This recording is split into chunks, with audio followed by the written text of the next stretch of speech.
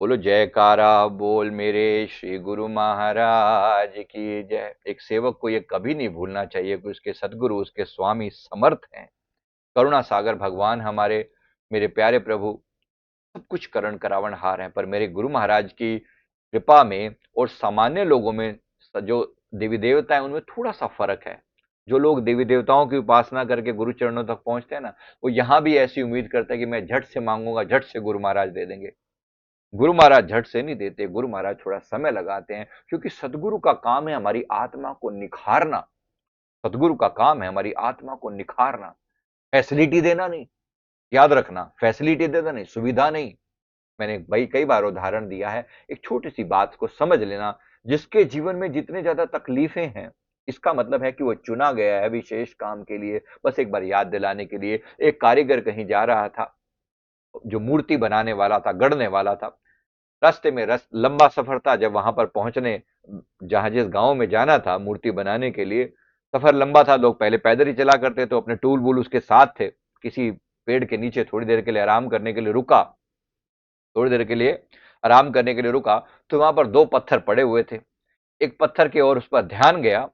कुछ मन में भाव सा आया कि भाई जाएंगे तो जाना तो है ही, सही लंबा सफर है, पैदल चलना होता था पहले तो, है ना, कई दो चार 5 दिन लग जाया करते थे। थोड़ी देर कलाकारी दिखा देते हैं।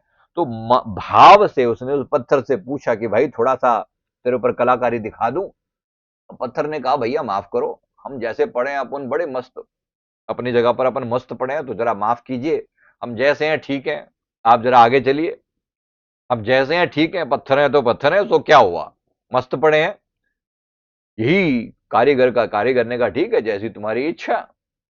लेकिन दूसरे पत्थर पर ध्यान गया, वो भी कुछ ऐसा ऐसा ही था।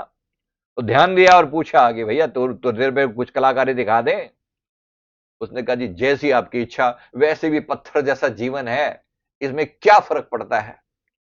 दो चार आपके हथौड़े वथौड़े लग जाएंगे तो थोड़ा शायद कुछ सुधर जाए हम, शायद कुछ सुधर जाए। वो पहले वाला पत्थर ने बड़ा मजाक उड़ा रहे, अरे देख अभी इतने थप्पड़ पड़ेंगे, देखियो तेरे को अभी इतनी मार पड़ेगी, इतने हथौड़े पड़ेंगे, सारी भूल जाएगा, सारी हेकड़ी निकल जाएगी तेरी, देख ले एक बार, फिर सोच ले। ने कहा कि सोच लिया, इस पत्थर जैसे जीवन में है क्या, है क्या। जरा आप ही कुछ निखार दो, जरा आप ही कुछ संवार दो, क्या पता कुछ अच्छा ही कर डालो, क्योंकि मेरे पास तो कुछ है नहीं अच्छा। उसने समर्पित कर दिया अपने आप को उस मूर्तिकार के हाथों में। उस मूर्तिकार ने लेकर अपनी थोड़ी सी कलाकारी दिखाई, ले हथौड़ा, ले छेनी, कभी इधर ठोक, कभी इधर ठोक, कभी यहां मार रहा, कभी वहां मार रहा है। बड़ी तकलीफ हुई शुरू शुरू में, बड़ी तकलीफ हुई, बड़ी तकलीफ हुई, बहुत तकलीफ हुई। कभी यहां लग रहा है, कभी वहां लग रहा है, लेकिन चलो, पत्थर जैसे जीवन में है क्या, कुछ निखर ही जाएंगे। मन में एक भाव कि तुम मुझे, इसीलिए खड़ा रहा कि तुम मुझे निखार लो, इसीलिए खड़ा रहा कि तुम मुझे सुधार लो, सुधार कर निखार लो, निखार कर दुलार लो, और दुलार कर अपने जैसा बना लो। ये गुरु महाराज जी की महिमा है। उस पत्थर ने उफ तक नहीं कि जैसा तैसा सहता रहा। वो पहले वाला पत्थर मजाक उड़ाता रहा, अबे देख तू कैसे, देख अपन मस्त पड़े हैं, और तू काहे काहे इतनी तकलीफें झेल रहा है, तू काहे इतनी तकलीफें झेल रहा है।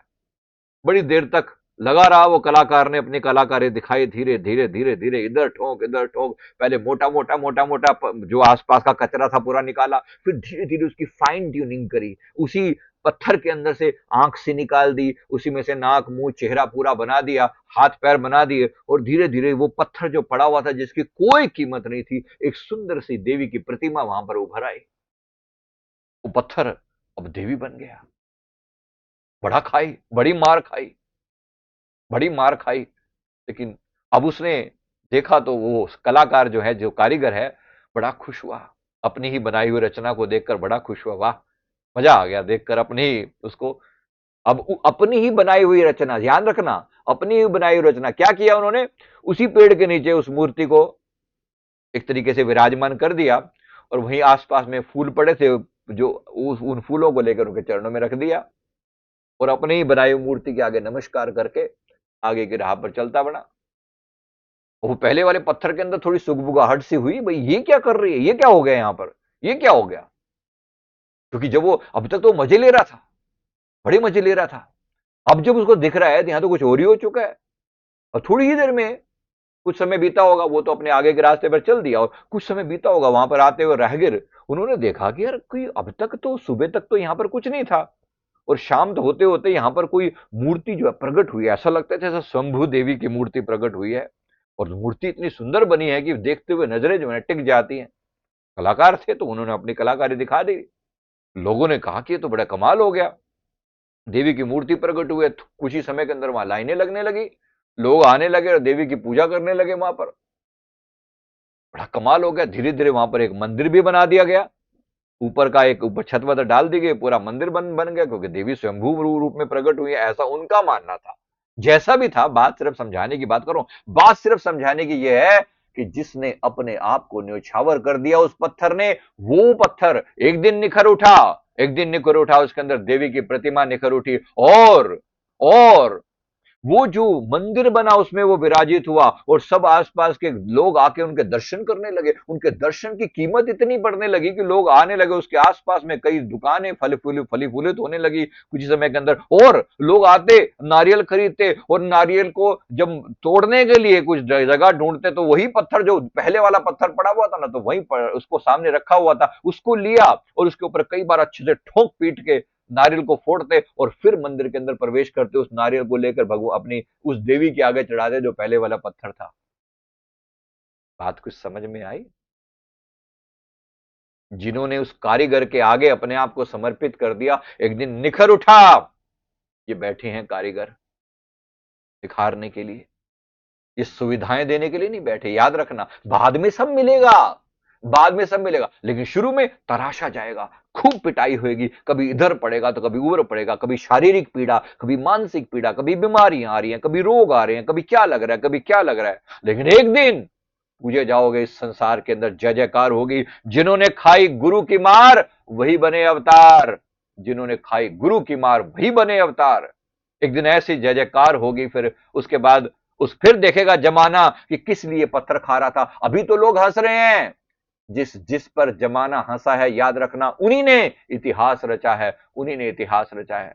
तो जरा याद करके, अच्छे से याद करके कि मेरे सदगुरु मुझे निखारने आए हैं, मेरे गुरु महाराज मुझे निखारने आए। जितने कष्ट ज्यादा, याद रखना, जितने कष्ट ज्यादा, इसका मतलब है कि मेरे जीवन को संवारने का जिम्मा लिया है। जब ज्यादा निखार करना होता है तो ज्यादा चीजें जो है ना अच्छे से और ज्यादा ठुकाई पिटाई होती है, और ज्यादा, क्योंकि जिसको ऊंचा उठाना है, अगर तुम्हें यही पत्थर जैसा ही रहना था तो बात अलग है, फिर परमात्मा से सुविधाएं मांगो, परमात्मा से सुविधाएं मांगो। हे प्रभु मस्त पड़ा रहूं, सब ठीक ठाक रहे। ठीक ठाक नहीं रहेगा, याद रखना, गुरुमुखों के जीवन में ठीक ठाक नहीं रहेगा। और इसीलिए फर्क समझना, जो लोग कहते हैं कि संसारी लोगों में, हम संसारी लोग पाप भी करते हैं और मस्त रहते हैं, हम तो भक्ति भी करते हैं और दुखी रहते हैं।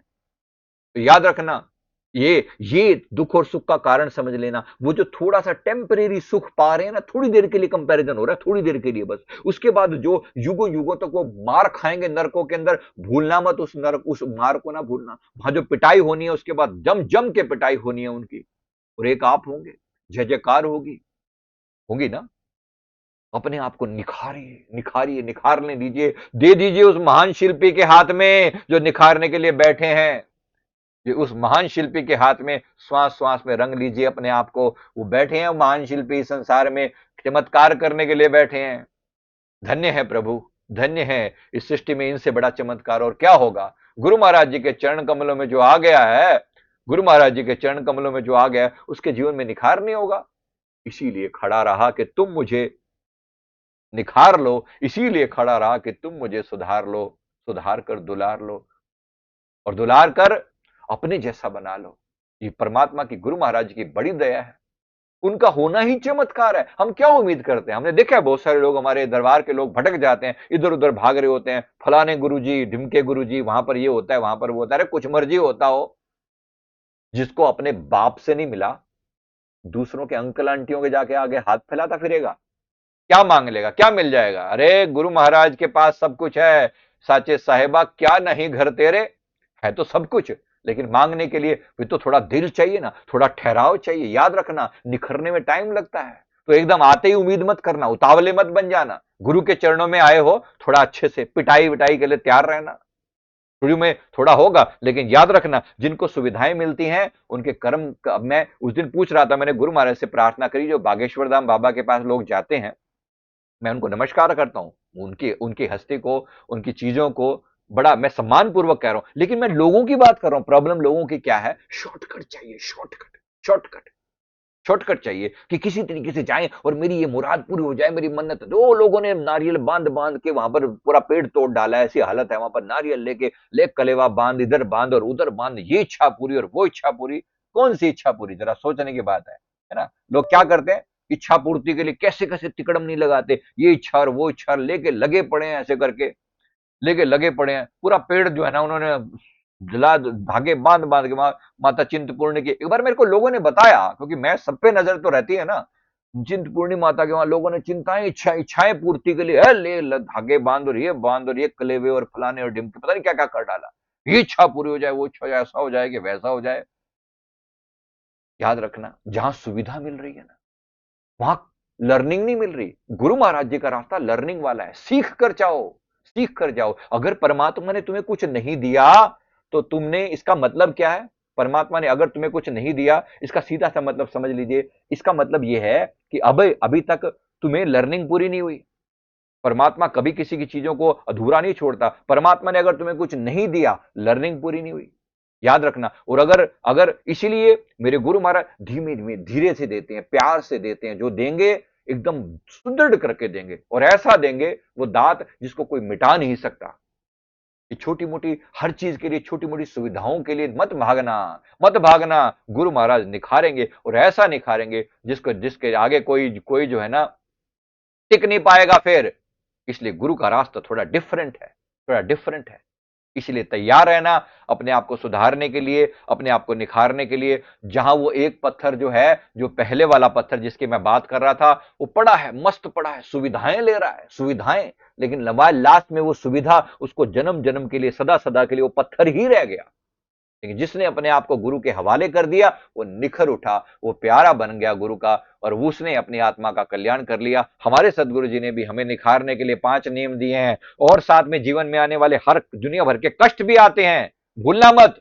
गुरु चरणों में रहेंगे। गुरु भक्ति का रास्ता थोड़ा डिफरेंट है। गुरु भक्ति अति कठिन है जो खंडे की धार, खंडे की धार जो है ना होती है, बिल्कुल कठिन है। शुरू शुरू में थोड़ा बड़ा टफ लगता है, लेकिन बाद में गुरुओं के जब जय जयकार होते लगता है कौन से पुण्य किए होंगे उन्होंने। पुण्य नहीं किए, उन्होंने मिटाया है अपने आप को, उन्होंने कटवाया है अपने आप को, उन्होंने उन्होंने अपने शरीर को, अपने आप को, अपने तन को दुविधाओं में झिलवाया है।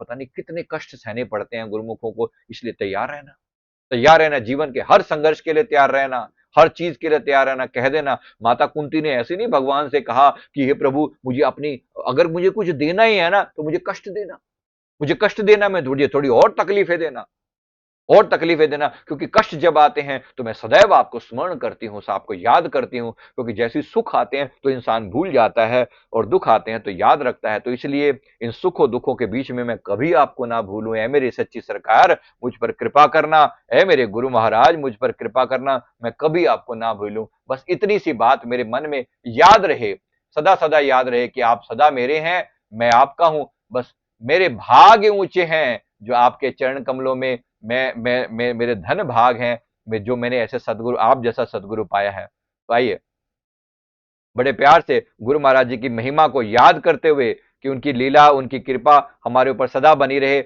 और उनकी यादों में हम अपने मन को ऊंचा उठा सकें। बोलो जयकारा, बोल मेरे श्री गुरु महाराज की जय, श्री सतगुरुदेव भगवान की जय।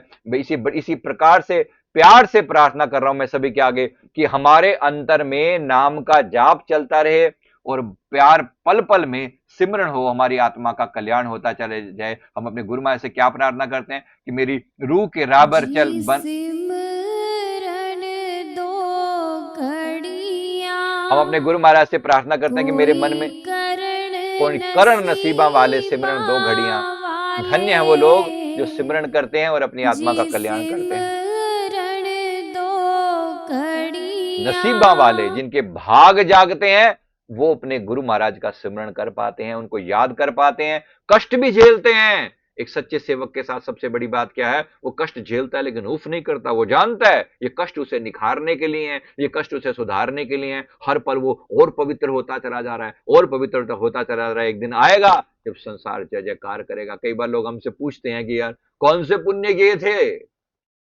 पुण्य नहीं किए थे, मार खाई थी, बड़ी मार खाई थी, अंदर खाई थी, इधर खाई थी, उधर खाई थी। 200 जन्म बीत गए हैं अपने अपने मैं जीवन जितना मैंने अपने आप को देखा है, और 30 लाइफ टाइम से तो ये सुधारने पे लगे हुए हैं।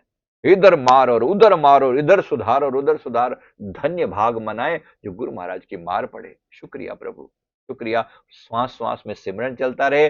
मेरे मन को और अपने आप की मेरी आत्मा को सच की राह पर ले चलिए। मेरे गुरु महाराज मुझ पर कृपा करें, मुझ पर कृपा करें। बोलो जयकारा बोल मेरे श्री गुरु महाराज की जय। श्री सद्गुरुदेव भगवान की जय।